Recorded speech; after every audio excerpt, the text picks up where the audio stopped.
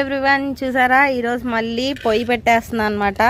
మా బుడ్డోడు వచ్చాడు హాస్టల్ నుంచి, మా కొడుకు. అయితే మంచిగా టేస్టీగా ఏదైనా వండి పెట్టమంటే సరేలే చికెన్ అంటే చికెనే కానీ అయినా స్పెషల్గానే వండమంటున్నాడు. అయితే స్పైసీగా వండమన్నాడు. అందుకని మట్టి కుండ ఈ పొయ్యి సెటప్ చేసుకొని పైకి వచ్చేసామన్నమాట. ఇప్పుడు రెసిపీ స్టార్ట్ చేసేద్దాం. ముందు ఈ మట్టి కుండని ఇప్పుడు పొయ్యి మీద సెట్ చేసేద్దాము. ఇవ్వండి,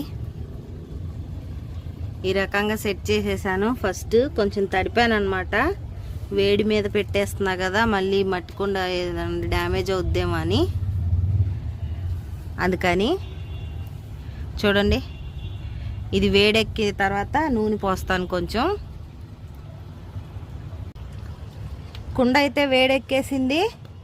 ఆయిల్ వేసేస్తున్నాను అనమాట. నూనె వేడెక్కిన తర్వాత ఉల్లిపాయ పచ్చిమిరపకాయలు అవి వేస్తాను.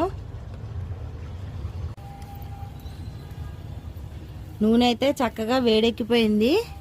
ఇప్పుడు ఇందులో ఉల్లిపాయలు నేను డైరెక్ట్ కోసేస్తున్నాను అనమాట. చూడండి,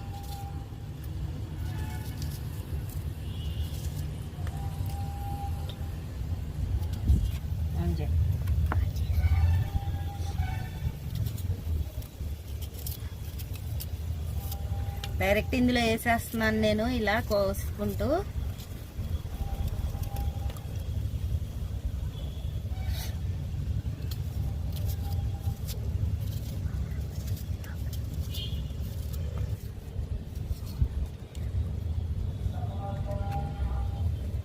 నేను ఇది ఇప్పటికిప్పుడు హడావుడిగా మొదలెట్టిన వంట అనమాట. అందుకని ముందుగా కోయలేదు. దీనిలో ఇలా వేసేస్తున్నాను అనమాట. డైరెక్ట్గా కోసేస్తున్నా అట్టాగే నూనె కాగంగానే. అయినా ఇలా వండేవే హడావుడిగా చేసే మంచి రుచి వచ్చేస్తాయి కరెక్ట్గా.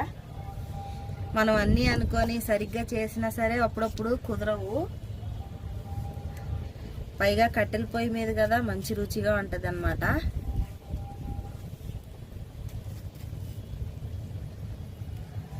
చూడండి, చక్కగా కోసి వేసేసాను.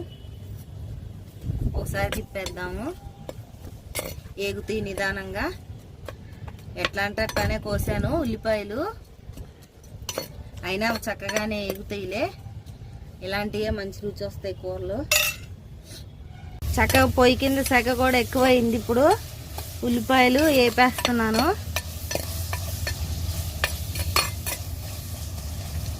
ఇవి ఏగేలోపు ఈ చికెను కడిగి పెట్టాను అనమాట శుభ్రంగా. దీనిలో ఉప్పు, కారం, పసుపు వేసేసి కలిపేద్దాము.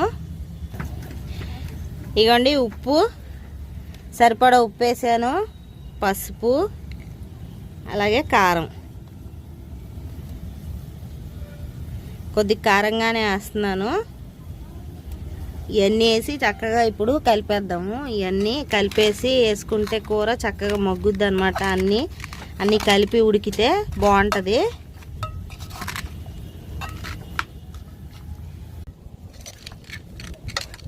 చక్కగా ఇదంతా కలిపేద్దాము.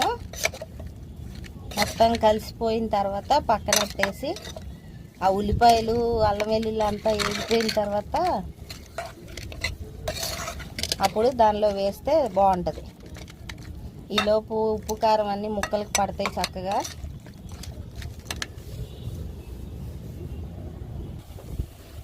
ఓ పక్కన ఉల్లిపాయలు కూడా వేగుతున్నాయి. చూడండి,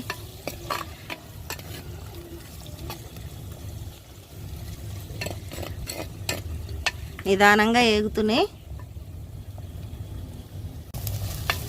ఉల్లిపాయలు కూడా చక్కగా వేగిపోయినాయి. మంచిగా ఇప్పుడు అల్లం వెల్లుల్లి ముద్ద వేసేద్దాము.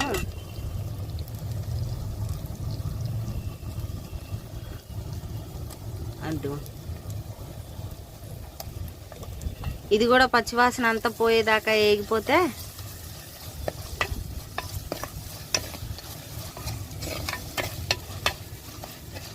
అప్పుడు కలిపి పెట్టిన కూర వేద్దాం. చక్కగా ఉంటుంది.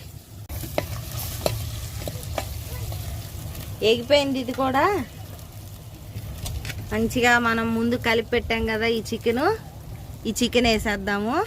ఇదిగోండి, కలిపి పెట్టుకున్న చికెన్ కూరని ఇప్పుడు దీనిలో వేసేసాను. శుభ్రంగా కలుపుదాము. ఈ అల్లం వెల్లుల్లి ఉల్లిపాయలతో అంతా కలిసేలాగా చక్కగా ఈ రకంగా కొద్దిగా కలుపుకొని మూత పెట్టి మగ్గిద్దాం కాసేపు. 2 నిమిషాలు మగ్గిన తర్వాత చూద్దాం తీసి. చక్కగా ఒక 2 నిమిషాలు అయింది. మూత తీసి నీరు వచ్చింది చూడండి కూరలోంచి. ఒకసారి కలిపేసుకుంటే మెల్లిగా ఇప్పుడు దీనిలో టమాటా ముక్కలు వేద్దాము.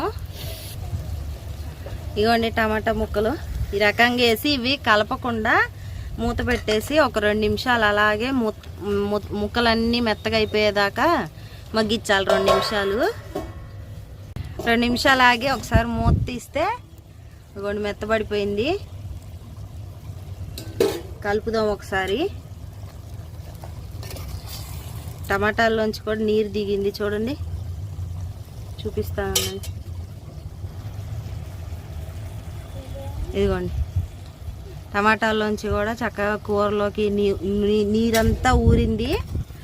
కమ్మని వాసన వస్తుంది. అసలు కట్టెల పొయ్యి మీద వంట అంటే ఇంతే కదా, చక్కగా ఎంత కమ్మగా ఉందో. ఎన్ని గ్యాస్ బండ్లు ఉన్నా ఎలక్ట్రికల్ పొయ్యిలు ఉన్నాయి, ఏం లాభం అండి. మనం ఎన్ని వేసినా ఈ రుచి మాత్రం వేరు. చక్కగా మగ్గుతుంది. ఇప్పుడు దీనిలో నీళ్ళు వేసేద్దాం.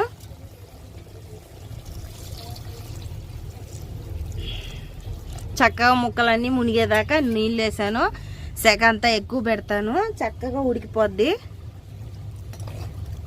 శుభ్రంగా ఉడికిపోయి దగ్గరికి వస్తే కూర దాదాపు అయిపోయినట్టే. ఒకసారి మూత తీస్తే చక్కగా తెరుగుతుంది అన్నమాట, ఉడికిపోతుంది కొత్తమని. ఇంకా ఎగిరితే మసాలాను ఆకుకూరలు వేసేస్తే కొత్తిమీర అవి సరిపోద్ది.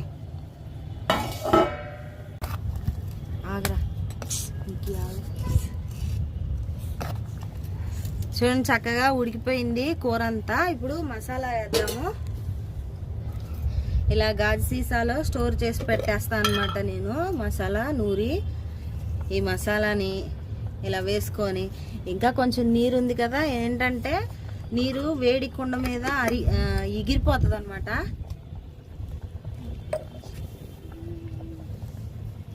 చక్కగా ఇది మట్టి కుండ కదా, ఎగిరిపోద్ది. అందుకని ఇప్పుడు దీనిలో పుదీనా వేద్దాము. తెచ్చి పుదీనా కుండీలో కోసుకొని వచ్చి వేసేస్తాను. కొత్తిమీర పుదీనా. పదండి పుదీనా కోసుకొచ్చేద్దాము.